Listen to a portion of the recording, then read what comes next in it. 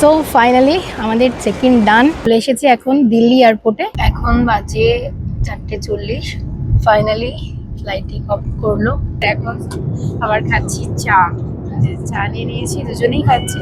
আর এখানে এই যাতে মাথা রাখা যায় সেই জন্য এইখানে একটা পিলো টাইপের আছে। তো এটার জন্য immigration complete, check in complete, security check in সবই হয়ে গেছে। আমাদের খাবার চলে এসেছে। নেমে পড়েছি দুবাইতে। এখন যাচ্ছি লাগেজ কালেক্ট করার জন্য। ট্যাক্সি বুক করে নিয়েছি, এখন যাবো। এই হচ্ছে। Good morning everyone, welcome to my channel, to a new blog. আজকে হচ্ছে 1 জুলাই। আজকের দিনটা আমার লাইফে ভীষণই ইম্পর্টেন্ট একটা ডে বলতে পারো, কারণ আজ আমরা দুজনে মিলেই চলে যাচ্ছি দুবাইতে। সো আর কিছুক্ষণ আছি বাড়িতে। এখন ঘড়িতে বাজে ভোর 4:30 সময় উঠে পড়েছি। আর এখন ফ্রেশ ট্রেশ হয়ে নিয়েছি, এবারে রেডি হওয়ার পালা। বেশ কিছু ঘন্টা আছি, আর 1 ঘন্টা মতন, তারপরেই বেরিয়ে যাব এয়ারপোর্টের উদ্দেশ্যে। মনটা ভীষণই খারাপ হয়ে আছে যে আর সোনাকে দেখতে পাবো না, বাড়ির কাউকে দেখতে পাবো না। মানে সেই ফ্যামিলি ছেড়ে যাওয়ার কষ্টটা যে কি, সেটা যারা বাইরে যায় বা বাইরে থাকে তারাই জানে।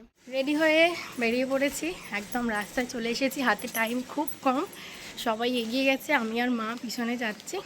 লাগেজ নিয়ে সব কিছু নিয়ে এগিয়ে গেছে ওরা। গাড়ি অনেকক্ষণ আগে চলে এসেছে, আমাদেরই বেরোতে একটু লেট হয়ে গেল। গাড়ি এসে গেছে। কিরে কী করছিস? এখন বাজে 6:47 আর আমাদের গাড়ি এই ছাড়লো। সবাই মিলে বসে পড়েছে পিছনে। সঞ্জয়, মা, দিদিভাই সবাই আছে। দুর্গা দুর্গা বলে আমাদের জার্নি স্টার্ট হলো। এসে গেছি আমরা এয়ারপোর্টে। সবাই নেমে পড়েছি, আর এখানে গাড়ি আছে। লাগেজগুলো এবার নামাবে, আর একটু সবার সাথে কথাটা তো বলে তারপরে ভিতরে চলে যাব। এখানে সব লাগেজ সেট, আর এবার যাব ভিতরে। দেখো কতগুলো লাগেজ হয়েছে। দেখো এই হচ্ছে আমাদের ফোনের আউটফিট। ঢুকে পড়েছি এয়ারপোর্টের ভিতরে আমরা। এইখানে সব লাগেজ নিয়ে যাচ্ছি। চলো, এই যে আমার না ভীষণ ভালো লাগে আমাদের এই কলকাতার এয়ারপোর্টটা। মানে এর আগে অন্য এয়ারপোর্টে দেখেছি, কিন্তু এটা যেন একটা আলাদাই ভালো লাগা আছে এই এয়ারপোর্টের প্রতি।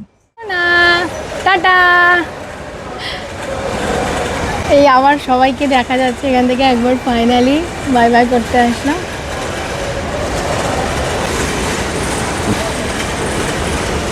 এই যে ওরা সবাই চলে যাচ্ছে। এতক্ষণ দাঁড়িয়েছিল আমাদের চেক ইন কমপ্লিট হতে, তারপরে যাচ্ছে। সো ফাইনালি আমাদের চেক ইন ডান, কোনো কিছু প্রবলেম হয়নি। আর এই যে বোর্ডিং পাস পেয়ে গেছি। তো আমরা যেহেতু ভায়া দিল্লি যাচ্ছি, তো সেই জন্য এই যে 4টে বোর্ডিং পাস দিয়েছে। আমি তো ভীষণ এক্সাইটেড, কারণ মানে এক্সাইটেড যে নতুন দেশে যাব, ফার্স্ট টাইম আমার ইন্টারন্যাশনাল ট্রাভেল হবে, দুজনে মিলে একসাথে যাচ্ছি। এটা অনেক দিনের ড্রিম ছিল, সেটা আজ ফাইনালি কমপ্লিট করতে পারছি। আর কষ্ট লাগছে যে বাড়ির সবাইকে ছেড়ে এতটা দূরে যেতে হচ্ছে। যখন ওরা চলে গেল, সব থেকে বেশি কষ্টটা তখনই হচ্ছে। ওদের সামনে কাঁদিনি, কারণ কাঁদলে আরও বেশি ওরা কষ্ট পাবে। তোমার কেমন লাগছে বলো? এবারে রেসপন্সিবিলিটি আরো বেড়েছে। ভালো লাগছে নাকি ভালো লাগছে না যে আমরা দুজনে মিলে যাচ্ছি? তো চলো এখন এবার আমরা যাই, যা যা বাকি প্রসিডিওর আছে কমপ্লিট করি সেগুলো। এই সিকিউরিটি চেক হবে এখন।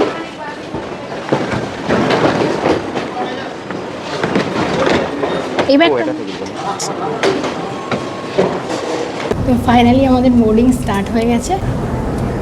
ফ্লাইটে উঠে পড়েছি, আর কিছুক্ষণ বাদেই ফ্লাইট টেক অফ হবে। 10:30 টাইম ছিল, এখন ওই 10:40 মতন বাজে। চলো দুর্গা দুর্গা বলে যাওয়া যাক। ফাইনালি আমাদের ফ্লাইট টেক অফ হয়ে গেছে। আর দেখো পুরো মেঘে ঢাকা, মানে দেখা যাচ্ছে না, খালি মেঘ। আর ওই নিচে হালকা হালকা কিছু দেখা যাচ্ছে। এতক্ষণ পরে ক্লিয়ার আকাশটা দেখা যাচ্ছে। দেখো সত্যিকারের মানে মেঘগুলোকে এত ভালো লাগছে, যেন মনে হচ্ছে সেই পেঁচা তুলোর মতন মেঘ। ফ্লাইটে আমাদের খাবার চলে এসেছে। এখানে দেখো কি দিয়েছে, দেখা এখানে আছে চিলি চিকেন, আর সাথে দিয়েছে নুডলস। আর এখানে নিয়ে নিয়েছি কফি, আর আছে একটা জলের বোতল, আর একটা ডেজার্ট দিয়েছে। এই হচ্ছে আমার খাবার, আর এই হচ্ছে সঞ্জয়ের খাবার। তো আমরা চলে এসেছি দিল্লিতে নেমে পড়েছি। আর একটা ব্যাগেজ ছিল যেটা আমাদের কেবিনেই আনার জন্য নিয়ে এসেছিলাম, কিন্তু সেই লাগেজটাকে ওরা চেক ইনে পাঠিয়ে দিয়েছে। তো ওটাই এখন কালেক্ট করতে গেছে সঞ্জয়। আর আসার পর তারপর আমরা ইমিগ্রেশন করব। আমাদের immigration complete, check in complete, security checking সবই হয়ে গেছে। এখন যাচ্ছি যে গেট নাম্বার দেওয়া আছে সেই গেটের কাছে গিয়ে এখন ওয়েট করব কতক্ষণে ফ্লাইট আসছে সেটার জন্য। আমরা চলে এসেছি, দুবাই যাওয়ার ফ্লাইটে বসে আছি এখন। দিল্লি থেকে বোর্ডিং হয়ে গেছে, খুবই কুইক হলো, মানে আমরা ওখানে নামার পর একটু সেভাবে টাইমই পাইনি।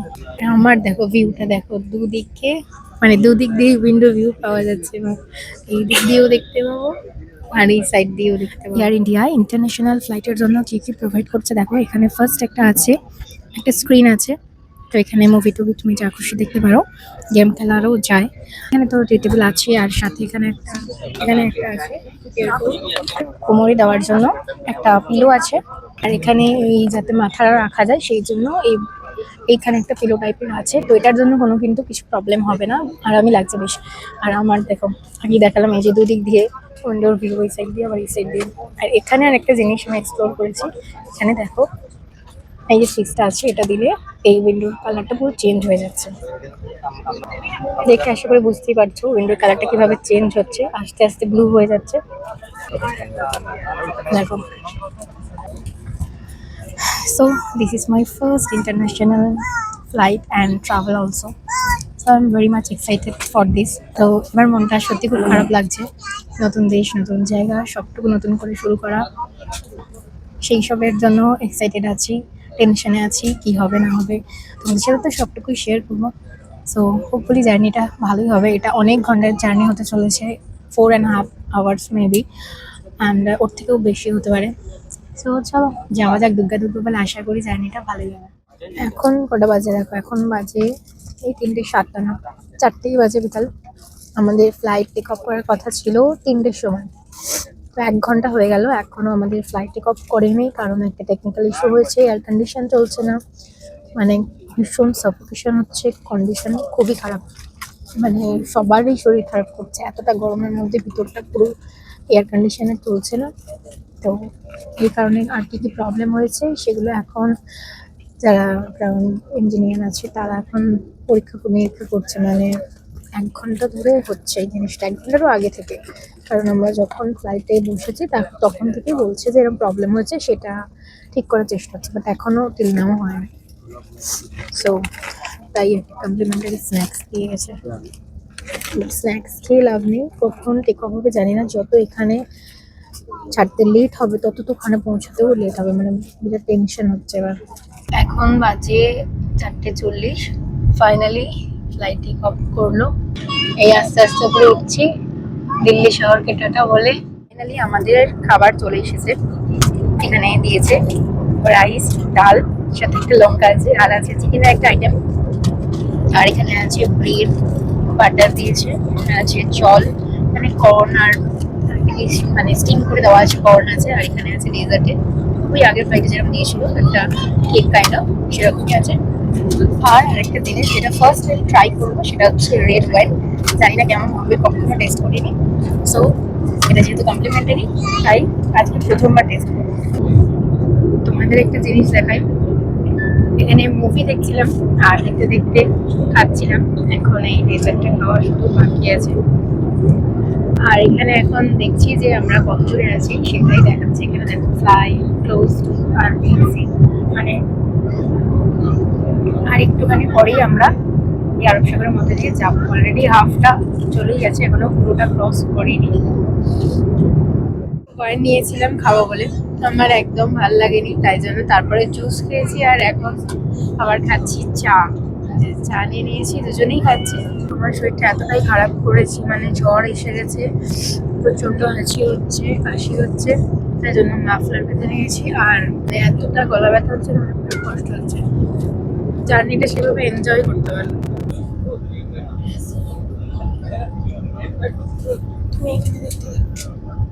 তো আমরা নেমে পড়েছি দুবাইতে, এখন যাচ্ছি লাগেজ কালেক্ট করার জন্য।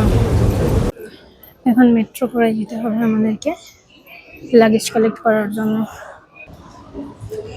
দেখো মেট্রো এসে গেছে, এবার মেট্রোতে উঠে আমরা লাগেজগুলো কালেক্ট করতে যাবো। সেটা তো জানি।